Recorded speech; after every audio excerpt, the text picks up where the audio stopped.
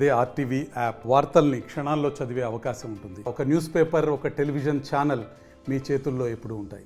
All India Muslim personal board, communist party, Congress party, MIM party కలిసి నిన్న నల్గొండ నడి ఒడ్డున వక్ఫ్ సవరణ చట్టాన్ని వ్యతిరేకిస్తూ పార్లమెంట్ సభ్యులు అసదుద్దీన్ ఓవైసీ గారు చేసినటువంటి స్టేట్మెంట్స్ ఏవైతే ఉన్నాయో వాటిని భారతీయ జనతా పార్టీ తీవ్రంగా ఖండిస్తూ ఉన్నది. ఆర్ఎస్ఎస్ అనుసైగల్లో భారతీయ జనతా పార్టీ పనిచేస్తూ మరి పేద ముస్లింలకు అన్యాయం చేస్తుందని చెప్పి ఒక కన్ఫ్యూజన్, ఒక మెంటల్ స్టెబిలిటీ లేనటువంటి మతతత్వ పార్టీ మరి నల్లగొండలో మరి ప్రజలందరూ చాలా సంతోషంగా ఉన్నారు. ఎక్కడ మతాల మధ్యలో మరి చిచ్చులు లేకుండా సంతోషంగా ఉన్నారని చెప్పి ఓర్చుకోలేటటువంటి ఈ యొక్క పార్లమెంట్ సభ్యుడు నల్గొండ నడిబొడ్డున వచ్చి మరి హిందువుల మనోభావాలు దెబ్బతినే విధంగా మరి 3% ముస్లింలు మాత్రమే ఈ యొక్క వక్ఫ్ బోర్డు పేరిట వేల లక్షల కోట్లు మరి దండుకున్నటువంటి విషయం మనందరికీ తెలిసిన విషయమే. మరి ఈరోజు 80,000 ఎకరాలు 10 లక్షల కోట్ల ఈరోజు వక్ఫ్ ఆస్తి ఈరోజు దోచుకునే ప్రయత్నంలో దేశవ్యాప్తంగా ఎంఐఎం పార్టీని విస్తరిస్తూ మరి పేద ముస్లింల పేరిట మరి ఈరోజు ఓవైసీ కాలం గడుపుతూ ఉన్నాడు. మరి నిన్న నల్గొండలో చూసినటువంటి సభలో మనందరం కూడా గమనించాలి, Congress party, MIM party, communist party ఇవన్నీ కూడా ఒకటే. మరి దేశంలో ఒక పక్కన యుద్ధం జరుగుతుంటే మరి ప్రాణాలు తెగించి భారత సైన్యం మొత్తం కూడా మరి భారతదేశం రక్షణ కోసం పనిచేస్తూ ఉంటే మరి పోలీస్ శాఖ సిగ్గుపడాలి. ఇటువంటి సమయంలో నల్గొండలో మరి మీరు ఇటువంటి సభకి ఈరోజు మీరు పర్మిషన్ ఇవ్వడాన్ని మేము తీవ్రంగా మేము వ్యతిరేకిస్తూ ఉన్నాము. ఏ రకంగా నిన్న అసదుద్దీన్ ఓవైసీ వస్తూ ఉన్నాడని చెప్పి మరి కాంగ్రెస్ మంత్రి వెంకటరెడ్డి గారు వస్తూ ఉన్నారని చెప్పి ఈరోజు నల్గొండ జిల్లా పోలీసులు కేవలం వీళ్ళ తొత్తులాగా పనిచేస్తూ ఉన్నారు. నిన్న మమ్మల్ని అందరినీ మరి 13-14 గంటలు మరి ఎక్కడా కూడా మరి మా ఫోన్లన్నీ లాక్కొని ఒక తీవ్రవాదుల్లాగా, నరహంతలు, నక్సలైట్ లాగా మరి మమ్మల్ని బండ్లు మారుస్తూ మరి నల్గొండ జిల్లా మొత్తం కూడా కనీసం మంచినీళ్ళు, భోజనం కూడా మరి ఇవ్వకుండా ఈ యొక్క పోలీసు శాఖ భారతీయ జనతా పార్టీ నాయకులని కిడ్నాప్ చేసిన విషయం నేను ఈ దృష్టికి తీసుకొస్తా ఉన్నాను. దీన్ని కూడా పోలీస్ శాఖను కూడా మేము తీవ్రంగా వ్యతిరేకిస్తూ మరి మేము హ్యూమన్ రైట్స్కి కూడా వెళ్ళడం జరుగుతూ ఉంటుంది. మరి మొన్నటికి మొన్న మరి మోహన్ భగవత్ గారి దిష్టి బొమ్మను దగ్నం చేసిండ్రు. ఆ తర్వాత గౌరవ ప్రధాని నరేంద్ర మోదీ గారి దిష్టి బొమ్మను కూడా ఎన్నోసార్లు నల్గొండ నడిబొడ్డున క్లాక్ టవర్ సెంటర్లో దహనం చేస్తూ ఉంటే ఎన్నోసార్లు మేము చెప్పడం జరిగింది, కంప్లైంట్ ఇవ్వడం జరిగింది.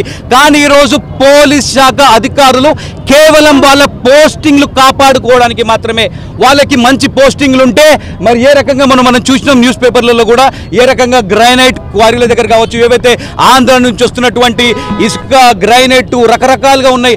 మరీ సిగ్గుచేటు పోలీస్ శాఖ, నల్గొండ పోలీస్ శాఖకి మోటార్ల దొంగల దగ్గర కూడా మొన్న 5-6 లక్షల రూపాయలు మరి ఏ రకంగా దోచుకున్నారో, లంచాలు తీసుకుంటున్నారో ఖబర్దార్ నల్గొండ పోలీస్, మీ ఒక్కొక్కరి చిట్టా ఇవ్వబోతా ఉన్నాం మేము.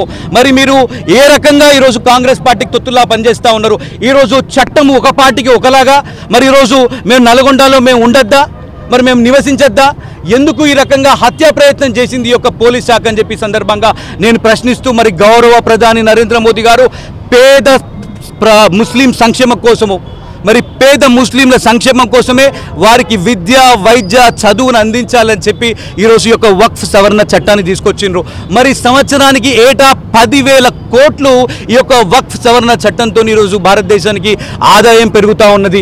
మరి ఈరోజు మనం చూసినట్టయితే ఎంతోమంది నల్గొండ జిల్లాలో కూడా, నల్గొండ పట్టణంలో కూడా మరి వక్ఫ్ బోర్డ్ పేరిట మరి ఏ రకంగా ఈ యొక్క మరి రిచ్ ముస్లిమ్స్ ఎవరైతే ఉన్నారో ఈ యొక్క 3% ముస్లింలు మాత్రమే ఈ యొక్క వక్ఫ్ బోర్డు పేరిట మరి మొత్తం కూడా వాళ్ళు ఆస్తులు దన్నుకొని ఎక్కడా కూడా ఒక్క పేద ముస్లిం మహిళకు కానీ, ఎక్కడా కూడా పేద ముస్లింలకు కానీ, మరి బడుగు బలిగిన వర్గాలకు చెందిన ముస్లింస్ ఎవ్వరు కూడా ఈ యొక్క వక్ఫ్ బోర్డు చట్టంతో ఎవ్వరు కూడా లబ్ధి పొందడం లేదు.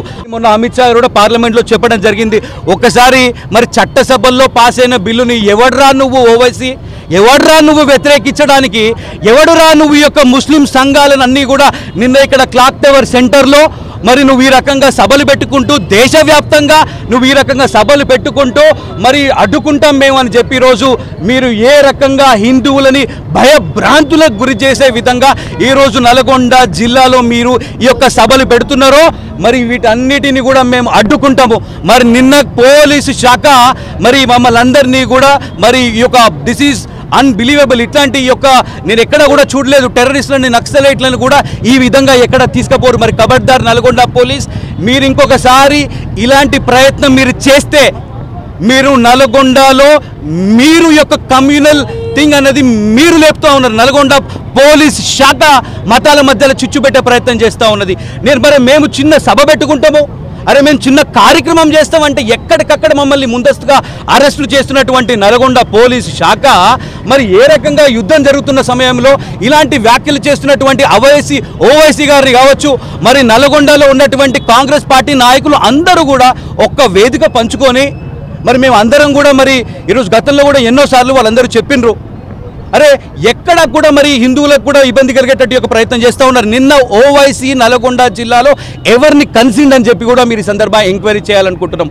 మేము ఈరోజు ఆరోపణ చేస్తూ ఉన్నాము, నల్గొండ జిల్లా ఓవైసీ వచ్చి టెర్రరిస్టులందరినీ నల్గొండ దాక్కున్న వాళ్ళందరి దగ్గరికి పోయిండు కలిసిండు అని చెప్పి మా ఒక ఆరోపణ ఉన్నది.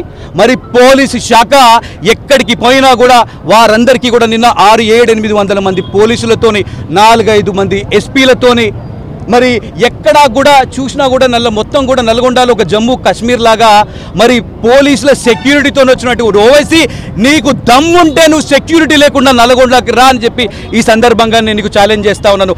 నీకు దమ్ముంటే బహిరంగ సభకి రా, నువ్వు బహిరంగ చర్చకి రా వక్ఫ్ బోర్డు పేరుమిట అని చెప్పి ఈ సందర్భంగా నేను ఛాలెంజ్ చేస్తా ఉన్నాను. నీకు దమ్ముంటే నువ్వు కాంగ్రెస్, సిపిఎం, మీరు ఎంఐఎం మీరు అందరూ కలిసి మీరు ఇదే నల్గొండ క్లాక్ టవర్ సెంటర్లో కోమటిరెడ్డి వెంకటరెడ్డి గారిని కూడా నేను ఈ సందర్భంగా హెచ్చరిస్తూ నేను మీకు ఛాలెంజ్ చేస్తా ఉన్నాను, బహిరంగ చర్చకు రండి. ఇది నేను ఇస్తున్నటువంటి ఛాలెంజ్ కాదు, నిన్న మీరే చెప్పిండ్రు.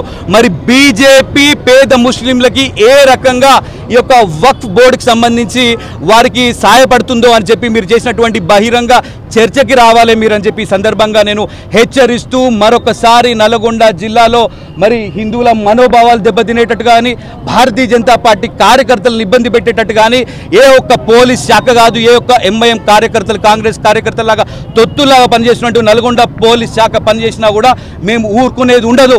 నల్గొండలో మరి ఆ పోరాట గడ్డ నల్గొండ, మరి నల్గొండలో భారతీయ జనతా పార్టీ మరి ఈరోజు బలోపేతం అవుతున్నదని చెప్పి ఓర్చుకోలేక ఎక్కడికక్కడ ఈ యొక్క అరెస్టులు చేస్తూ ఉన్నారు.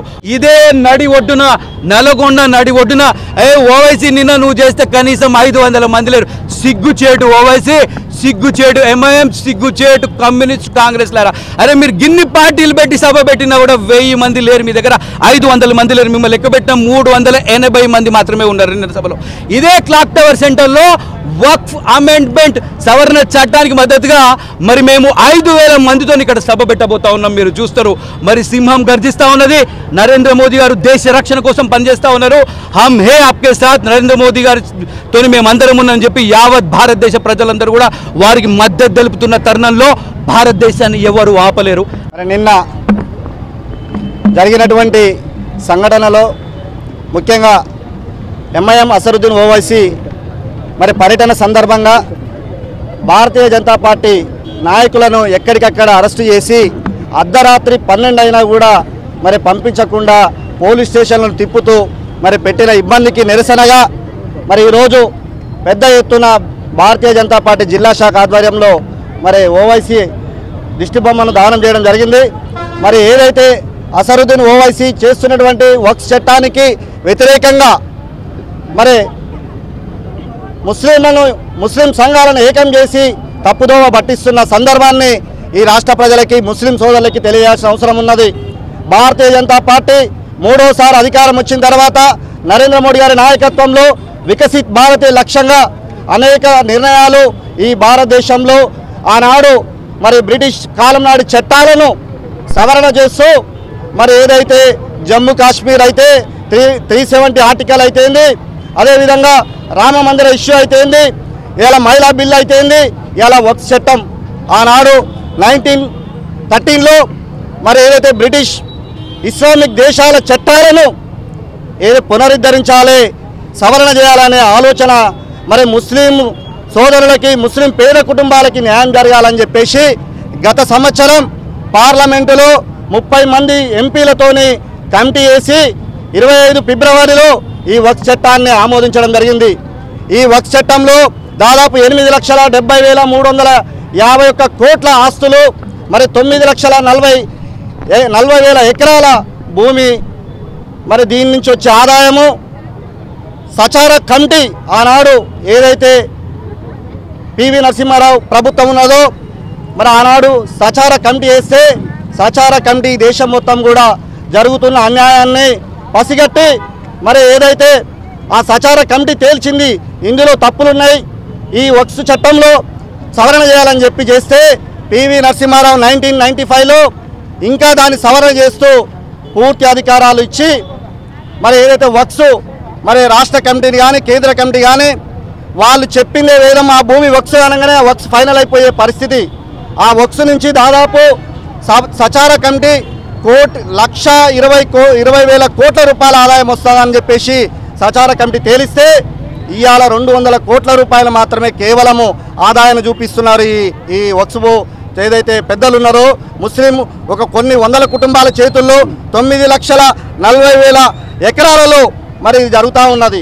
ఇది పేదలకు చెందాలని చెప్పేసి మరి నరేంద్ర మోడీ గారి నాయకత్వంలో ఈ దేశంలో అనేక చట్ట సవరణలు చేస్తూ అందులో భాగంగానే ఈ వక్ఫ్ చట్టాన్ని మరి మన 40 ఆర్టికల్తోనే మరి సవరణ చేయడం జరిగిందని చెప్పి తెలియజేస్తా ఉన్నాను. అదేవిధంగా ఏదైతే యూపీఏ ప్రభుత్వం వచ్చిన తర్వాత కూడా మరి 2013లో మరి యూపీఏ ప్రభుత్వం కూడా ఇంకొన్ని అధికారాలను ఈ వక్ఫ్ చట్టానికి ఇచ్చిన సంగతిని గుర్తు చేయాల్సిన అవసరం ఉన్నది. మరి ఈ విధంగా దాదాపు 50 సచార కమిటీ తేల్చి చెప్పిన అంశం ఏంటంటే 58,889 వక్ఫ్ స్థలాలను అన్యాక్రాంతమైందని చెప్పింది. అదేవిధంగా 13,000 కోట్ల రూపాయలు లెక్కలు లేని పరిస్థితి. అదేవిధంగా దాదాపు 4,35,000 కోట్ల ఆస్తుల గురించి లెక్కలు ఎక్కడ కూడా తెలియని పరిస్థితి అని సచార కమిటీ క్లియర్గా తేల్చింది.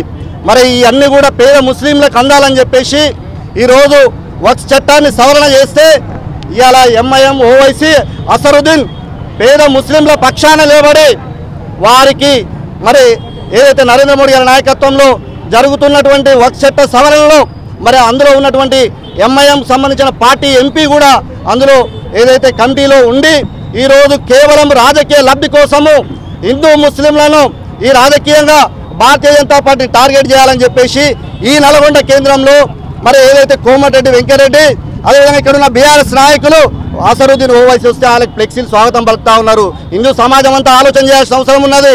ఎవరి కోసం ఈ దేశంలో ఉన్న వాళ్ళందరూ ఒకటిగా ఉండాలని చెప్పేసి నరేంద్ర మోడీ గారు చేస్తూ ఉన్నారు. మొన్న జరిగినది అందరికీ తెలుసు, ఈ ప్రపంచ దేశాలు మొత్తం కూడా చూసినాయి. ఈరోజు జమ్మూ కాశ్మీర్లో ఏదైతే కేవలం మతం పేరుతోని కాల్చి చంపిన సంఘటన ఈ దేశ ప్రజలందరూ కూడా మర్చిపోలేదు. మరి ఇలాంటి సంఘటనలను భారతీయ జనతా పార్టీ ఈ దేశం కోసం, ఈ దేశ ప్రజలు బాగుండాలని చెప్పేసి, ఈ దేశ ప్రజలు సమైక్యంగా ఉండాలని నరేంద్ర మోడీ గారి నాయకత్వంలో భారతీయ జనతా పార్టీ ముందుకు పోతున్న పరిస్థితిలో ఇక్కడ జరుగుతున్నటువంటి కుట్రలను తిప్పికొట్టాలని చెప్పేసి ఈ రాష్ట్ర ప్రజలందరూ కూడా, ఈ నల్గొండ జిల్లా ప్రజలందరూ కూడా ఆలోచన చేయాలి. హిందూ సమాజం అంతా ఏకం కావాలని చెప్పేసి తెలియజేస్తూ మరి ఏదైతే మన కోసం ఆలోచిస్తారో మరి భారతీయ జనతా పార్టీ పక్షాన ఈ ప్రజలందరూ ఉండాలని చెప్పేసి కోరుతా ఉన్నాను.